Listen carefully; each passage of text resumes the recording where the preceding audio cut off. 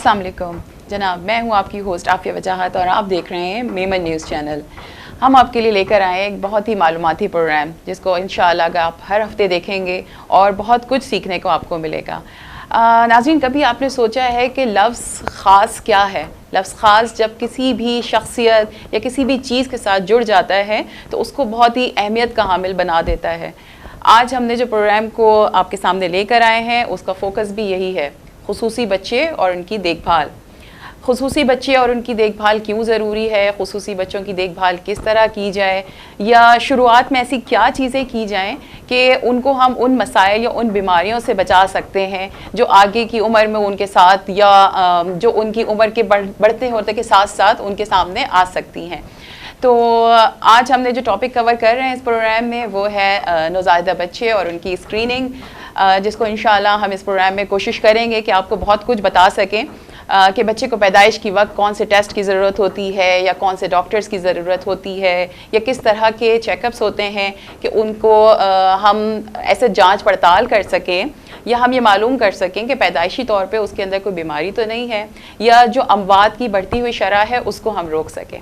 तो इसी मौजू को कैटर करते हुए जो शख्सियात आज हमने अपने प्रोग्राम में मदऊ की हैं वो वैसे तो किसी तारुफ़ की मोहताज नहीं है, और अगर हम उनकी तारुफ़ की तरफ जाएं तो शायद हमें बहुत एक तवील प्रोग्राम करना पड़ेगा उसको कवर करने के लिए, मगर इन शॉर्ट हम बताते हैं कि सितारा इम्तियाज़ और professor of emeritus Aga Khan university hospital, इसके साथ साथ founding chairman hands professor Abdul Ghaffar Billoo साहब हमारे साथ मौजूद हैं। कैसे हैं प्रोफेसर साहब? बहुत बहुत वेलकम आपके प्रोग्राम में। इसके साथ साथ आज हमारे साथ जो दूसरी मेहमान शख्सियत मौजूद हैं वो है डॉक्टर सुहेल सलाद, जो कि एसोसिएट प्रोफेसर हैं आगा खान यूनिवर्सिटी हॉस्पिटल। इसके अलावा American board paediatric and fellowship in newborn and executive office bearer Pak paediatric association. Welcome doctor साहब, कैसे हैं आप? ठीक हैं? आज इंशाल्लाह हम डॉक्टर साहब और प्रोफेसर साहब के साथ इंशाल्लाह आपके सामने ऐसी चीज़ें लेकर आएंगे कि आप आने वाली नस्ल को उस मसाइल से बचा सकते हैं जो शायद हमें पता नहीं होते या हम जांच नहीं सकते कि वो क्या चीज़ें हैं, और हम एक ऐसे हेल्दी माशरे को तशख़ीस दे सकते हैं, हेल्दी माशरे को परवान चढ़ा सकते हैं जो आगे चल के हमें एक कामयाबी की तरफ लेके चलेगी। तो प्रोफेसर साहब, हम अपनी बातचीत का सिलसिला शुरू करते हैं। शुक्रिया आफिया, और आपने बड़ा अच्छा इंट्रोडक्शन दिया, बहुत शुक्रिया। जैसे आफिया ने बताया है कि हम प्रोग्राम का सिलसिला शुरू कर रहे हैं ख़ास बच्चे और उनकी देखभाल। उसमें सबसे बड़ी अहमियत जो है वो नौज़ायदा बच्चों की है। तो पहला प्रोग्राम शुरू करते हैं नौज़ायदा बच्चे और उनकी देखभाल। हम उस सिलसिले को शुरू करें उससे पहले मैं बहुत बड़ी अहम बात कहना चाहता हूँ कि दुनिया में 5 साल से नीचे के बच्चों की अमवात में कुछ कमी हुई है, खासी कमी हुई है। 1 साल से नीचे के बच्चे जिनको इन्फेंट मोर्टेलिटी कहते हैं उसमें भी कमी हुई है, लेकिन जो कमी नहीं हुई है वो हुई है नौज़ायदा बच्चे, उसकी अमवात में कमी नहीं हुई है। दुनिया में भी कमी हुई है, लेकिन कुछ ऐसे मुल्क हैं, गरीब मुल्क हैं जिसमें नौज़ायदा बच्चों की अमवात में कमी नहीं है। मुझे बहुत ज़्यादा अफसोस इसलिए हो रहा है कि पाकिस्तान एक वाहिद मुल्क है दुनिया का, गरीब तरीन मुल्कों में जो शरह अमवात है नौज़ायदा बच्चों में, उससे भी ज़्यादा शरह अमवात पाकिस्तान में। इन 40 से ज़्यादा बच्चों की मौत हो जाती है 1000 में से जो पैदा होते हैं उसमें से 40 बच्चे नौज़ायदा बच्चे।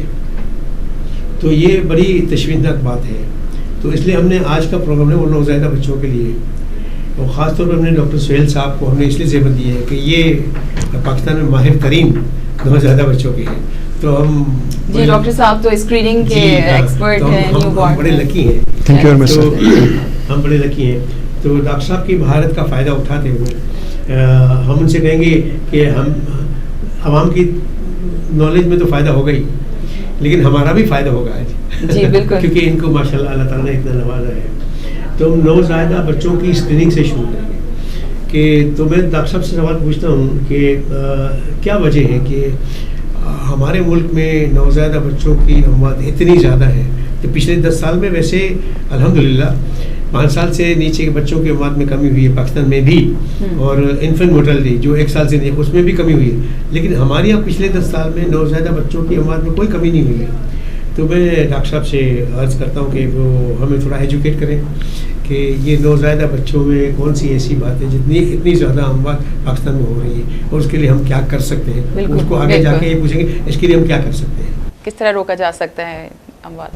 शुक्रिया प्रोफेसर बिल्लू साहब and Afia for very nice introduction. जैसे बताया गया कि न्यूबॉर्न बेबीज़ जो हैं, जब नौज़ायदा बच्चा पैदा होता है, पैदाइश से पहले वो जब प्रेगनेंसी के दौरान उसकी नशोनुमा अव्वल नार के थ्रू हो रही थी, तो हर किस्म की नशोनुमा अव्वल नार से मिल रही थी। बच्चे को ऑक्सीजन का कोई मसला नहीं था, बच्चे की नशोनुमा सही चल रही थी। जैसे ही बच्चा पैदा हुआ, ये पीरियड कहलाता है इमीडिएट न्यूबॉर्न पीरियड। उस न्यूबॉर्न पीरियड में जो नौज़ायदा बच्चे की एवेल्यूएशन या उसकी मर्ज़ की और उसकी कंडीशन की शनाख्त करना बहुत इम्पोर्टेंट। तो न्यूबॉर्न बच्चों में अगर इब्तदा पे ही चीज़ें पिक कर ली जाएं, ठीक है, तो फिर चांसेस कम होते हैं कि प्रॉब्लम होगा। जी। हमारे मुल्क में प्रॉब्लम ये है कि लाइक पूरी दुनिया में न्यूबॉर्न केयर में बड़ी इम्प्रूवमेंट आई है।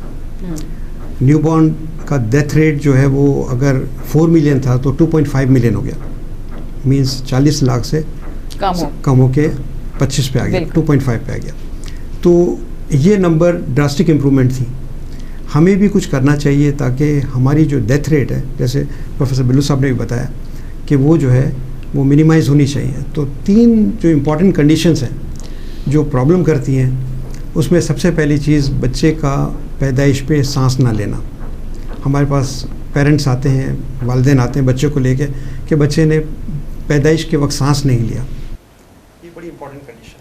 लेकिन अक्सर लोग नहीं भी समझ पा रहे होते, हमारे नाज़रीन शायद इस बात पे एग्री करेंगे कि उनको शायद अहमियत भी नहीं पता होती कि बच्चा अगर नहीं रोया, सांस थोड़ा सा डिले हो गई, तो शायद उसकी अहमियत को भी नहीं समझ पा रहे होते। बहुत इंपॉर्टेंट है, इसलिए कि अगर सांस बच्चे ने नहीं लिया तो ब्रेन की ग्रोथ रुक जाएगी। ब्रेन की ग्रोथ रुक गई तो मेंटल रिटार्डेशन, मतलब बच्चा जहनी तौर पे माजूर हो जाएगा।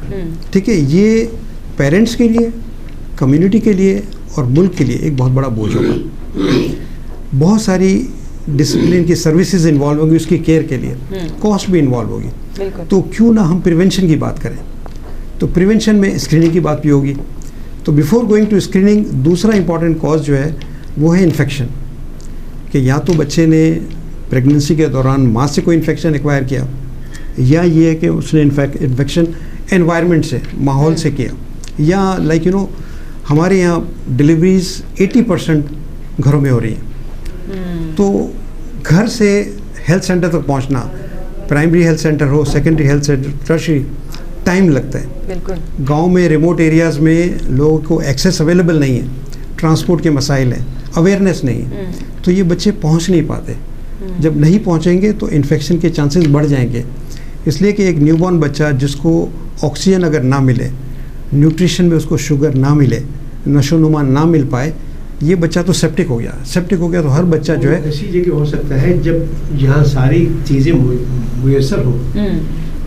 तो अब इसलिए रिकमेंडेशन ये किया जाता है कि घरों में डिलीवरी है वो ना करें, जहाँ कम से कम फैसिलिटीज़ हो वहाँ डिलीवरी की जाए। बहुत इंपॉर्टेंट बात है ये, जो और शायद लोग इतना ख्याल नहीं करते इन चीज़ों के बारे में। तो वहाँ मौजूद होना चाहिए और साफ सुथरा माहौल होना चाहिए ताकि इन्फेक्शन ना लगे, ना माँ में से ना बच्चे को। तो ये डॉक्टर साहब जो कह रहे हैं उसकी जो है कि आपको जहाँ डिलीवरी होनी है वो कहते हैं कि हेल्थ केयर फैसिलिटी में होनी चाहिए, और उस जगह का भी जरासीम से पाक होना बहुत ज़रूरी है ना, स्टरलाइजेशन तो बहुत ज़्यादा ज़रूरी है उसकी भी। लेकिन आजकल तो कोविड के ज़माने में हैंड वॉशिंग, तो कोविड खुद सिखा रहा है कि हैंड वॉशिंग, स्टरलाइज़र का इस्तेमाल, लेकिन सैनिटाइज़र का इस्तेमाल इट्स वेरी इंपॉर्टेंट। ठीक है, तो दूसरी इंपॉर्टेंट कंडीशन हो गई इन्फेक्शन। तीसरी हो गई लो बर्थ वेट और प्रीमेच्योरिटी। ये सारी जो है तकरीबन 25% 30% तक इसका इंसिडेंस है कि अगर हमारी मोर्टेलिटी बढ़ रही है तो उसकी वजूहात में एस्फिक्सिया है, सांस का ना लेना, वक्त से पहले पैदा होना और वज़न का कम होना, और इन्फेक्शन। तो अगर इन चीज़ों पे अगर कंट्रोल कर लिया जाए, ठीक है, तो हमारी मोर्टेलिटी कम हो सकती है। पिछले 10 सालों में हम, जैसे सर ने बताया कि हम न्यूनेटल मोर्टेलिटी को कम नहीं कर पाए। हमारे नेबरिंग कंट्रीज़ में उनकी मोर्टेलिटी कम हुई। और उसके लिए कोई साइंटिफिक रॉकेट साइंस नहीं चाहिए, सिंपल लाइक न्यूबॉर्न केयर चाहिए। अगर वो न्यूबॉर्न केयर और कुछ प्रिवेंटिव मेजर्स कर लें तो मोर्टेलिटी कम हो सकती है।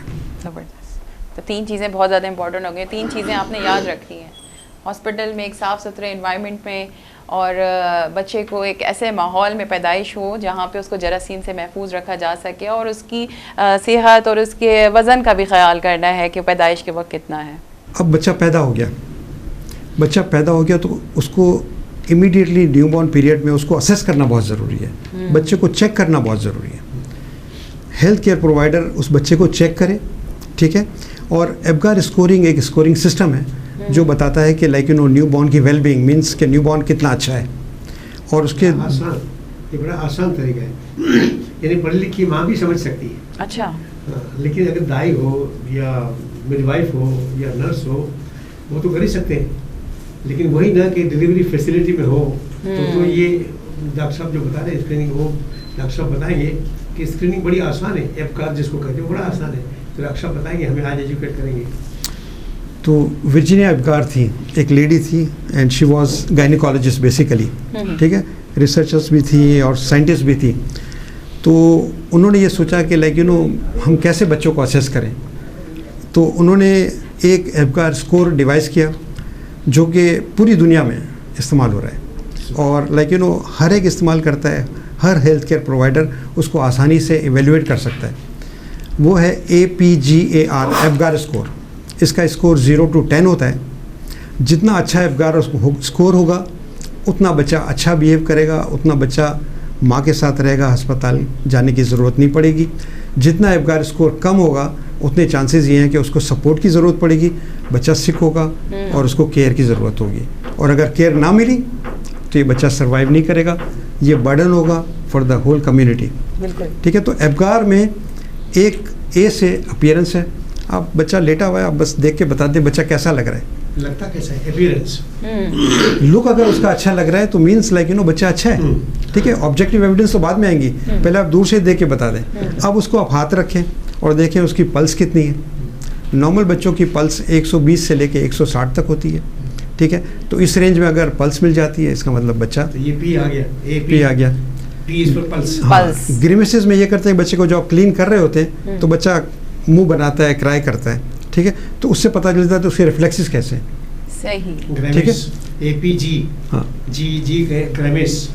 और फिर ए से आ गया, हाँ ए से आ गया एक्टिविटी। एक्टिविटी में आप फिर बच्चे को जब ओपन करके ज़रा सा मूव करते हैं तो पूरा का पूरा बच्चा जो है अपने आप को फ्लेक्स करता है, सुकड़ता है अपने आप को, ये नॉर्मल पोजीशन है। इसके बाद आप उसकी रेस्पिरेशन देखते हैं, जो बच्चा ब्रीथ करेगा और अगर 40 से 60 मरतबा ब्रीथ कर रहा है ये नॉर्मल है। 60 से ऊपर करता है इसका मतलब ये है कि बच्चे की सांस की रफ्तार ज़्यादा है। अगर सांस की रफ्तार ज़्यादा होगी तो ये बच्चा थोड़ा सा आपको नीला भी नज़र आएगा। तो ये सारी ऑब्जेक्टिव एविडेंस है। अगर सांस नहीं ले रहा है तो एस्फिक्सिया की तरफ जा रहा है। हाँ, तो अब जो है आप इस 5 चीज़ों पे आप ये बताएंगे कि बच्चा एस्फिक्सिएटेड है कि नहीं है, इसने सांस ली कि नहीं ली, सांस अगर नहीं ली तो क्या प्रॉब्लम होगा उसे, ठीक है। बच्चा अगर पेल लग रहा है, सुस्त लग रहा है, इसका मतलब ये कि बच्चा इन्फेक्टेड है, इस बच्चे को रेफ़र करना चाहिए, ठीक है। और आपको सामने से नज़र आ जाएगा कि बच्चा छोटा सा अगर 1.5 का पैदा हुआ है तो this is definitely low birth weight, और लो बर्थ वेट में ग्लूकोज की कमी होगी, उसको फीड जल्दी मिलना चाहिए, अगर उसको ऑक्सीजन की ज़रूरत है ऑक्सीजन मिलना चाहिए, और अगर वो ठंडा हो रहा है तो उसको कवर करना बहुत ज़रूरी है। इसलिए कि ये चीज़ें अगर घर पे भी हो जाएं तो ये बच्चे घर पे मैनेज हो सकते हैं, वरना हर हेल्थ केयर प्रोवाइडर ऐसे बच्चों को ऑब्ज़र्व करे और जहाँ एबगार स्कोरिंग कम हो उन बच्चों को फैसिलिटी में रेफ़र कर दे जहाँ वो बच्चे मैनेज हो पाए। And this is very simple, बहुत सिंपल बताया। और ये तो ऐसी चीज़ें हैं जो घर में माएँ या हमारे जो फैमिली मेम्बर्स होते हैं वो इजीली घर में बच्चों को अच्छे से असेस कर सकते हैं, एवेलुएट कर सकते हैं। ये तो बेसिक चीज़ें और बड़ी हेल्दी मालूमात दी है डॉक्टर साहब आपने। और चीज़ें बिल्कुल आसान चीज़ है, बिल्कुल। तो हम एक छोटा सा ब्रेक की तरफ चलते हैं डॉक्टर साहब, फिर इंशाल्लाह हम ब्रेक के बाद दोबारा हाजिर होंगे। जी नाज़रीन, अभी आपने एबगार को अच्छे से याद करना है। इंशाल्लाह ब्रेक के बाद हम मज़ीद मालूमात के साथ आपके सामने आएंगे। जब तक हमारे साथ रहिएगा, इंशाल्लाह मिलते हैं ब्रेक के बाद।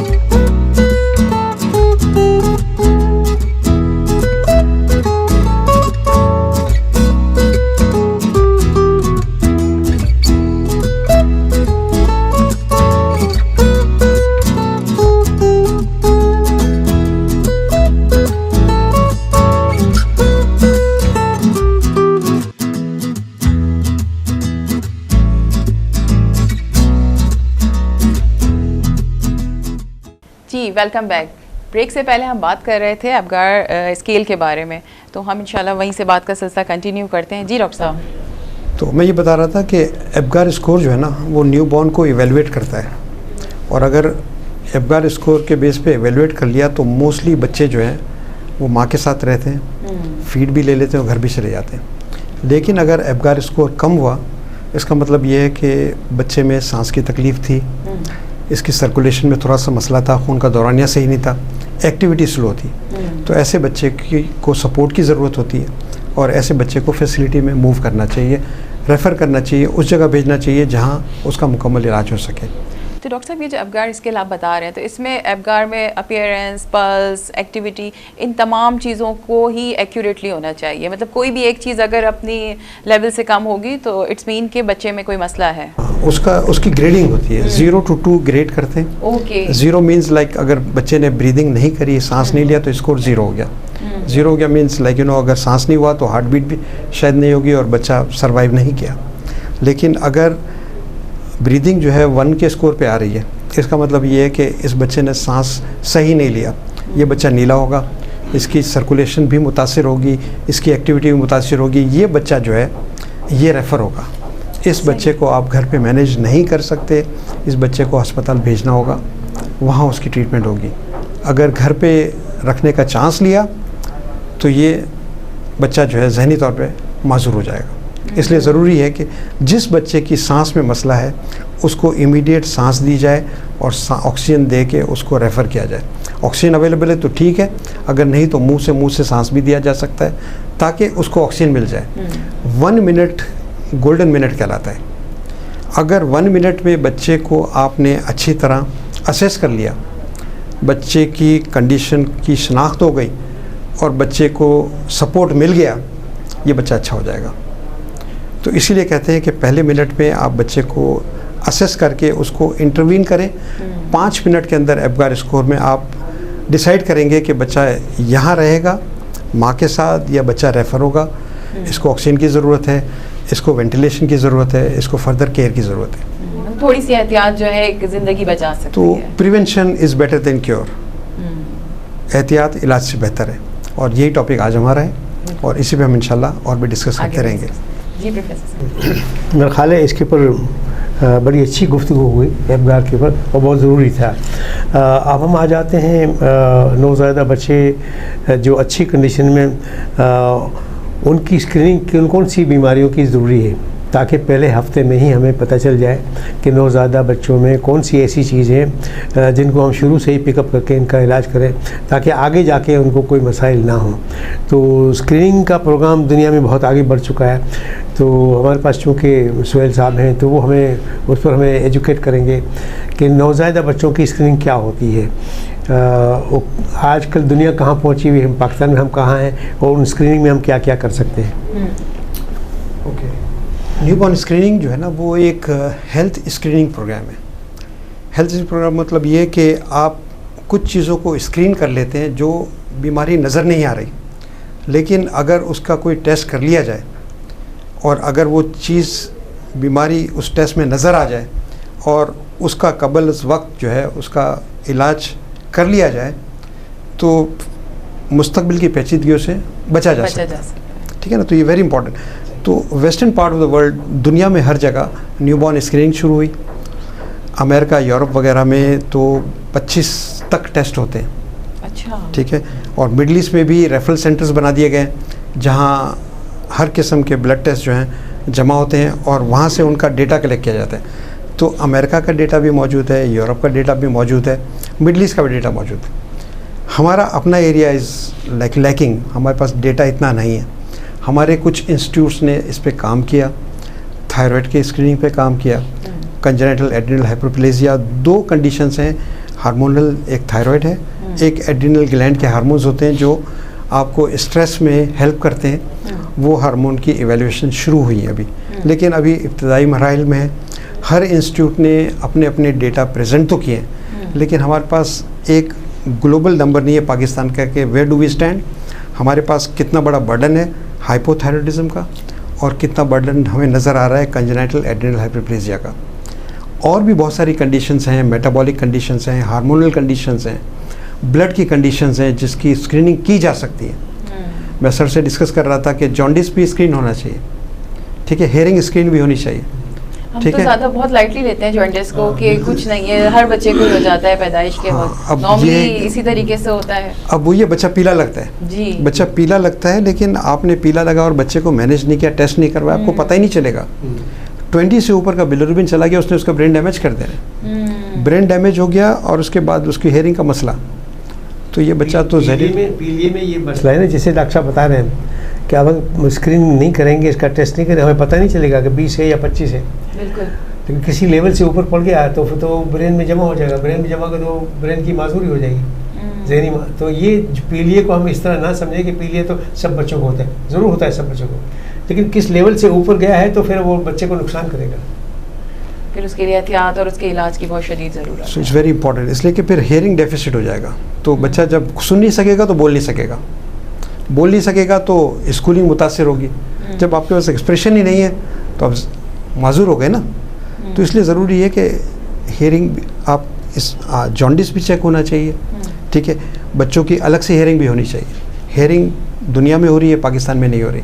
अब कुछ इंस्टीट्यूट्स ने शुरू किए हैं और वो एक स्क्रीनिंग मेथड है जिससे पता चल जाता है कि बच्चे की सुनने की सलाहियत जो है ना इंटैक्ट है, मींस इसमें कोई प्रॉब्लम नज़र नहीं आ रहा, ठीक है। इसलिए कि जो बच्चा 1 साल पे मामा दादा ना बोले, 2 साल पे कुछ वोकैबुलरी ना बोले, इसका मतलब ये है कि इसका स्पीच का मसला हो सकता है हेयरिंग की वजह से हो। और ये वजह जो है जॉन्डिस की वजह से भी हो सकती है, ये वजह इन्फेक्शन की वजह से भी हो सकती है, ये बच्चा एस्फिक्सिया की वजह से भी हो सकती है। अगर ये प्रीमेच्योर हुआ तो उस कंडीशन की वजह से भी हो सकता है। तो ये सारी कंडीशंस हैं, तो इनको चेक करना बहुत ज़रूरी है।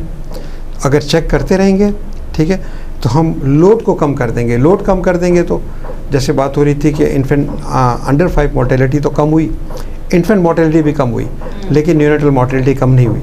अमवात की शरह में बता दीजिए इजाफा होता जा रहा है, तो इसलिए जो है स्क्रीनिंग बहुत ज़रूरी है। तो डॉक्टर साहब इसका कोई ड्यूरेशन होता है कि पैदाइश के कितने टाइम के बाद जो है वो स्क्रीनिंग? देखिए जो न्यूबॉर्न स्क्रीनिंग है वो 24 से 48 आवर्स, ठीक है, उसके अंदर होनी चाहिए। प्रीमेच्योर बच्चों में थोड़ा सा डिले भी हो। प्रीमेच्योर बच्चे वो है जो वक्त से पहले पैदा हो गए, उनमें कुछ फ्लक्चुएशन होती हैं उनके अपने ब्लड में, तो कुछ चीज़ें हम डिले करके उसको बाद में भी कर सकते हैं। लेकिन हर वो बच्चा जो वक्त पे पैदा हुआ है उसका 24 to 48 आवर्स, और आइडियली तो ये होता है डिस्चार्ज से पहले पहले उनकी स्क्रीनिंग कर ली जाए, ठीक है। स्क्रीनिंग करके रिपोर्ट तो 48 आवर्स 24 आवर्स के बाद आएगी, पेशेंट घर भी जा सकता है। लेकिन अगर कोई रिपोर्ट एबनॉर्मल आती है तो उसका रिपोर्टिंग मैकेनिज़्म भी होना चाहिए कि आपने टेस्ट तो करवा लिया, रिपोर्टिंग मैकेनिज़्म में अगर आपने पेरेंट को सेंसिटाइज नहीं किया तो ये बड़ा मसला हो जाएगा।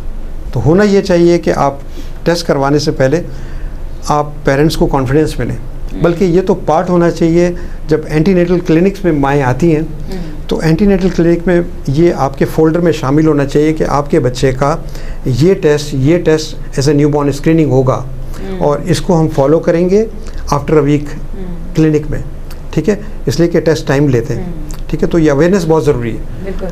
अवेयरनेस करवा ली, उसके बाद आप टेस्ट करवाएं, 1 हफ्ते के बाद फॉलो करें, जो भी नंबर आते हैं आप डिस्कस करें।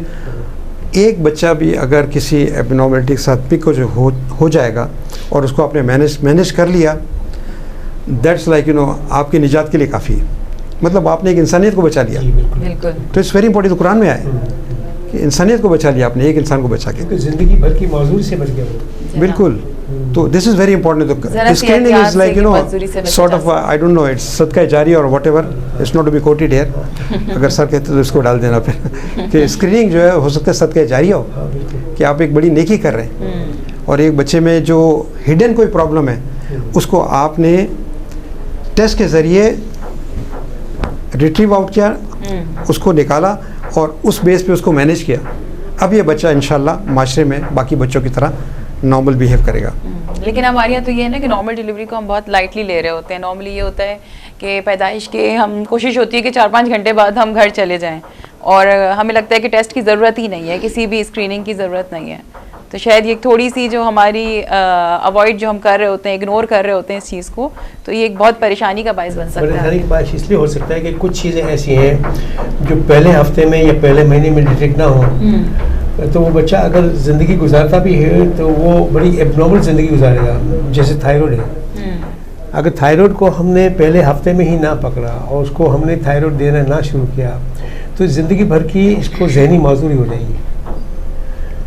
तो हम थायराइड को भी स्क्रीन कर सकते हैं, और अच्छे जो हॉस्पिटल हैं वो तो हमेशा ही अपने जो नवज़ायदा बच्चे हैं उसमें थायराइड की स्क्रीनिंग पहले 48 आवर्स में ही कर लेते हैं।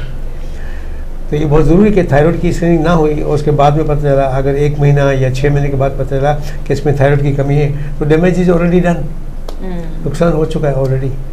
उसको अब देने वैसे कोई बात नहीं है, उसमें ज़रूरी ज़िंदगी भर उसको थायराइड की दवा देनी पड़ती है, मगर वो ज़िंदगी भर नॉर्मल ज़िंदगी गुजारेगा। लेकिन एक बच्चे में बहुत लेट डिटेक्ट हुआ है, 6 महीने में या 1 साल में, तो ये इट इज़ टू लेट।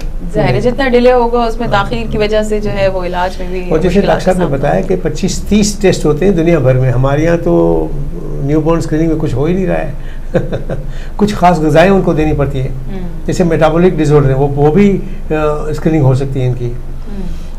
बस एक ही दिन में सारे टेस्ट हो सकते हैं अगर ये सारी फैसिलिटीज़ हों तो अच्छे हॉस्पिटल हैं वहाँ भी ये फैसिलिटीज़ है नहीं।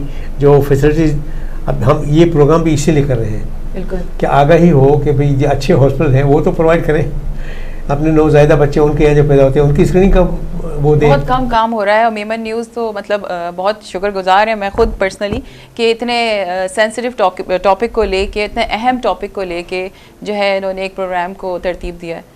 तो इंशाल्लाह हमारी कोशिश तो यही होगी कि आगे भी जो है हम प्रोग्राम्स करें वो न्यूनेटल के हवाले से या स्पेशल बच्चों के हवाले से मालूमाती प्रोग्राम रहे। एक चीज़ और मैं ऐड करना चाहूँगा कि ये सामीन के लिए कि देखिए ब्लड ड्रॉ करना मसला नहीं है, और न्यूबॉर्न स्क्रीनिंग के लिए बहुत ज़्यादा ब्लड नहीं चाहिए होता। Develop part of the world तरक्की याफ्ता ममालिक में वो सिर्फ हील प्रिक से, पाँव की हील से ब्लड प्रिक करके ब्लॉटिंग पेपर पे वो कुछ डॉट्स ले लेते हैं, कुछ खून के कतरे लेके वो लेबॉर्ट्री में प्रोसेस कर देते हैं। ना 1 ml चाहिए ना 5 ml ब्लड चाहिए, तो बहुत मिनिमल ब्लड चाहिए होता है। अब तो टेक्निक इतनी आसान हो गई है कि आप ड्रॉप निकालें और सारे टेस्ट करवा लें, सारे टेस्ट। तो ये आगाही बहुत ज़रूरी है, बहुत ज़रूरी है आगाही, कि अगर ये आगाही हो जाए कि ब्लड ज़्यादा आपके बच्चे का नहीं लगेगा, ठीक है, और बच्चे को जो है ना 24 से 48 आवर्स के अंदर ये टेस्ट करवाने होंगे। उसकी रिपोर्ट 1 हफ्ते के अंदर आ जाएगी, और उस रिपोर्ट के बाद आपने डॉक्टर से मिलना ज़रूरी है। वरना ये होता है कि जॉन्डिस वाला बच्चा 1 महीने के जॉन्डिस पे आता है और फिर लोग टेस्ट करवाते पता चलता है कि वो थायराइड कॉज था उसका जॉन्डिस का। अब वो 1 महीना पीछे रह गया तो उसकी ज़हन नशोनुमा जो है ना मुतासिर हो गई, ये बच्चा जो है ज़हनी तौर पे माजूर हो जाएगा। तो कहाँ हो रहे हैं डॉक्टर साहब ये जो स्क्रीनिंग है? हमारे हर हॉस्पिटल में हो जाती है इजीली या इसके लिए स्पेसिफिक सेंटर्स हैं? कराची में अच्छे खासे सेंटर्स में हो रही है, इस्लामाबाद में भी कुछ सेंटर से डेटा कलेक्ट हुआ है, पंजाब से भी हुआ, ठीक है। तो हमें तो ये चाहिए कि सारे के सारे इंस्टीट्यूट जो है ना वो ये टेस्ट करवाएं, ठीक है। और मैं Pakistan paediatric association neonatal group का मेंबर भी हूँ, तो हमारा तो यही है कि हम न्यूनेटोलॉजी के बेस पे जो है ना पूरे पाकिस्तान में ये अवेयरनेस करवाएं कि लाइक न्यूबॉर्न स्क्रीनिंग होनी चाहिए, और मैं उसका सपोर्टर भी हूँ और बहुत सारे हम प्रोग्राम करवा भी रहे हैं। तो लेट्स होप कि इंशाल्लाह ये रोल होगा ऑल ओवर पाकिस्तान, ताकि हम इंसानियत की जान बचा सकें और माजूरी को रोक सकें। बहुत बहुत बड़ा अहम कदम है ये जो आप मतलब स्क्रीनिंग के हवाले से बता रहे हैं, या हमारे जो इंस्टीट्यूट जिसमें आगे आए हैं काम करने के लिए, तो एक बहुत अहम कदम है जो आगे हम सोसाइटी को बेहतर कर सकते हैं, क्योंकि यही बच्चे हमारा मुस्तकबिल हैं। तो अगर हम इनको आज केयर करेंगे, ख्याल करेंगे, इनकी स्क्रीनिंग पे काम होगा, तो आगे भी इंशाल्लाह इस पे मज़ीद हम बेहतर बना सकते हैं। हम एक छोटे से ब्रेक की तरफ जाएंगे और फिर हम अपनी गुफ्तगू का सिलसिला वहीं से जारी रखेंगे इंशाल्लाह। मिलते हैं ब्रेक के बाद।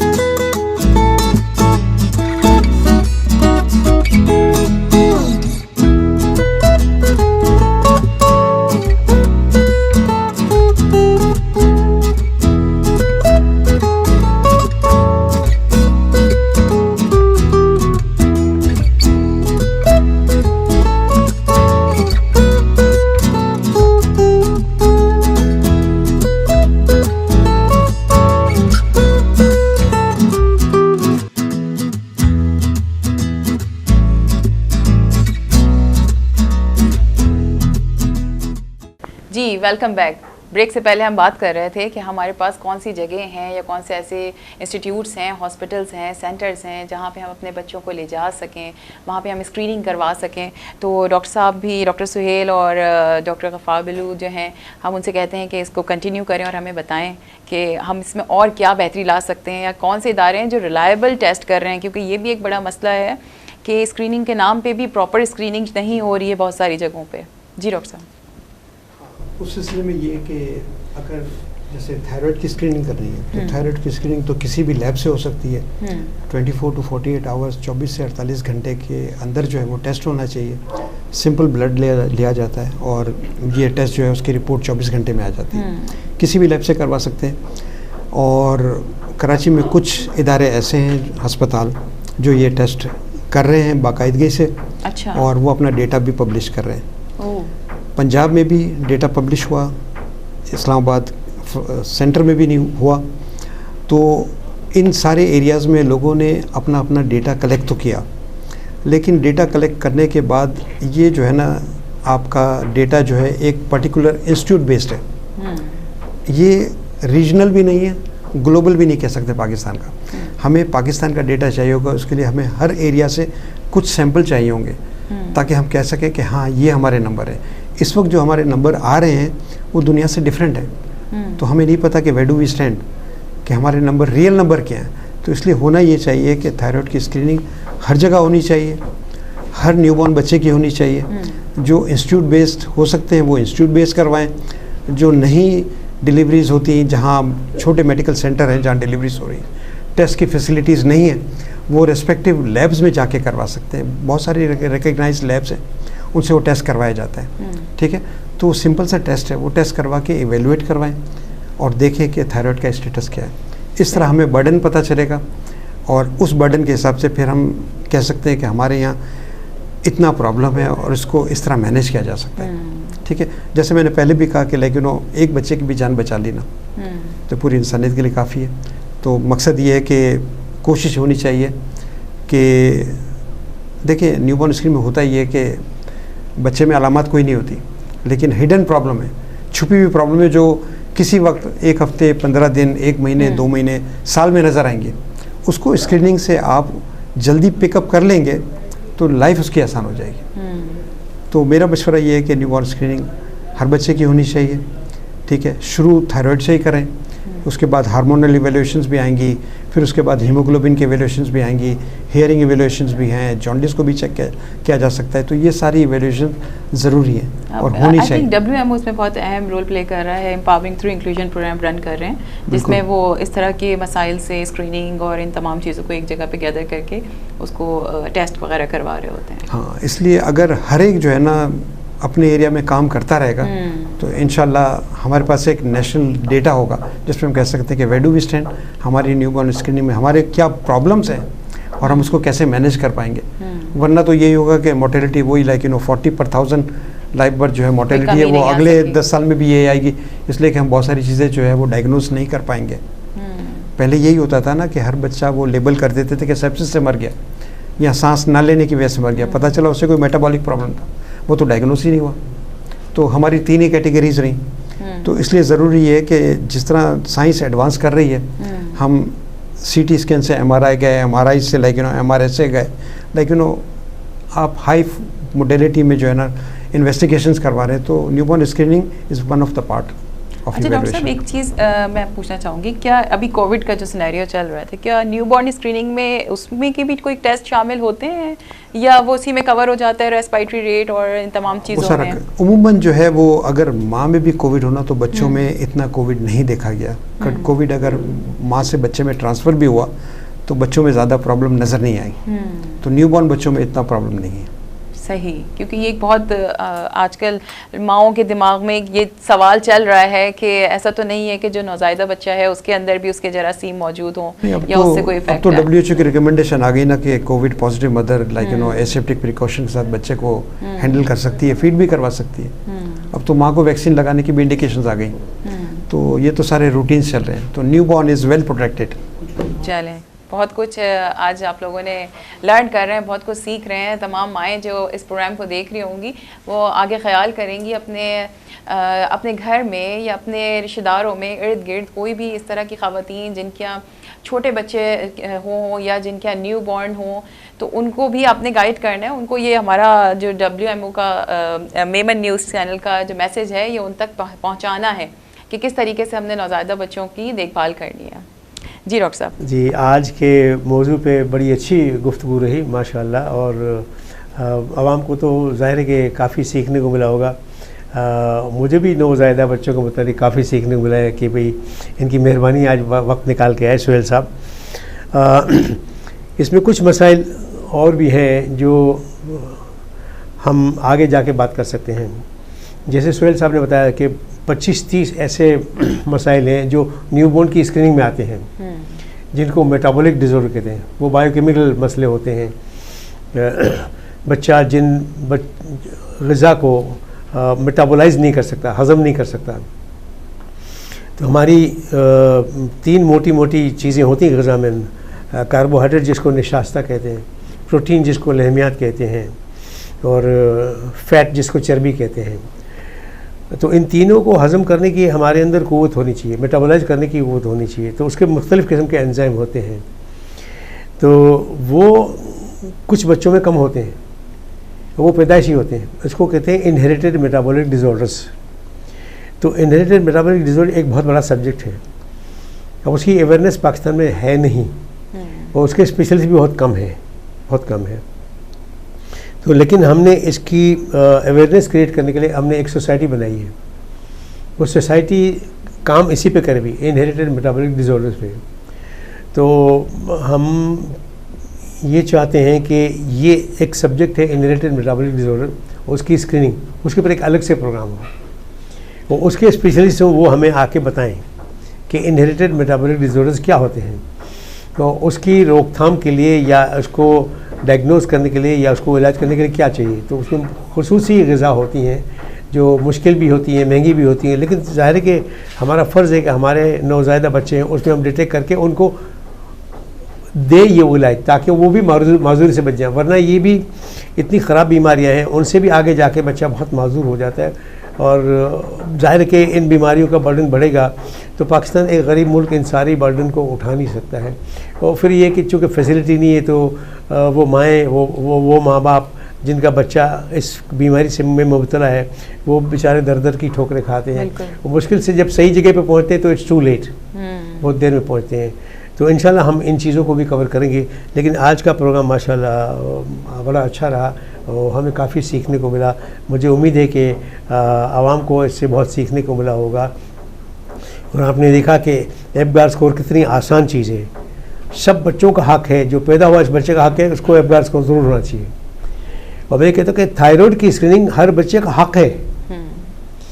इस कौम का फ़र्ज़ है कि ये हक जो है वो उस बच्चे को प्रोवाइड करें, कि इतना सिंपल सा टेस्ट जिसकी वजह से इसकी पूरी ज़िंदगी नॉर्मल गुजर सकती है, क्यों हम प्रोवाइड करें।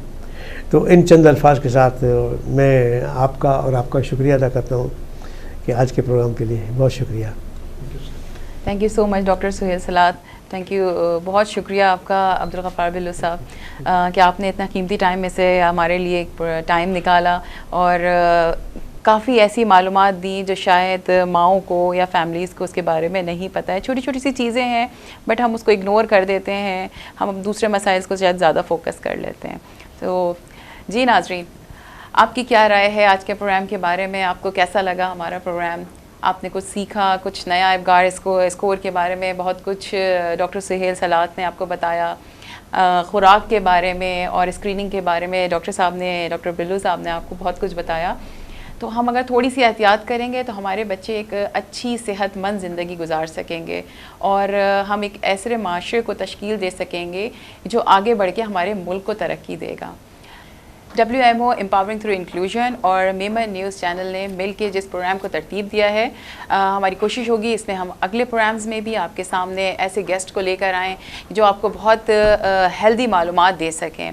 डॉक्टर गफ़ार बिल्लू इंशाल्लाह हमारे हर प्रोग्राम में हमारे साथ होंगे और हमारी कोशिश होगी इनकी सरपरस्ती में हम वो सब कुछ सीखें जो शायद हम सीख नहीं पा रहे या हम अपने आप को टाइम नहीं दे पा रहे उस चीज़ों को लर्न करने के लिए। अपना बहुत सारा ख्याल रखें, कोविड में अपनी बहुत सारी एहतियात हैं, मास्क लगा के रखें, अपने हाथों को साफ़ रखें, अपने हाथों को बार बार धोएं और बच्चों को भी बताइए कि किस तरह से हम अपना ख्याल रखें और एहतियात करें। इंशाल्लाह अगले हफ्ते हम फिर हाजिर होंगे इस नए मेहमान के साथ। तब तक के लिए अल्लाह हाफ़िज़।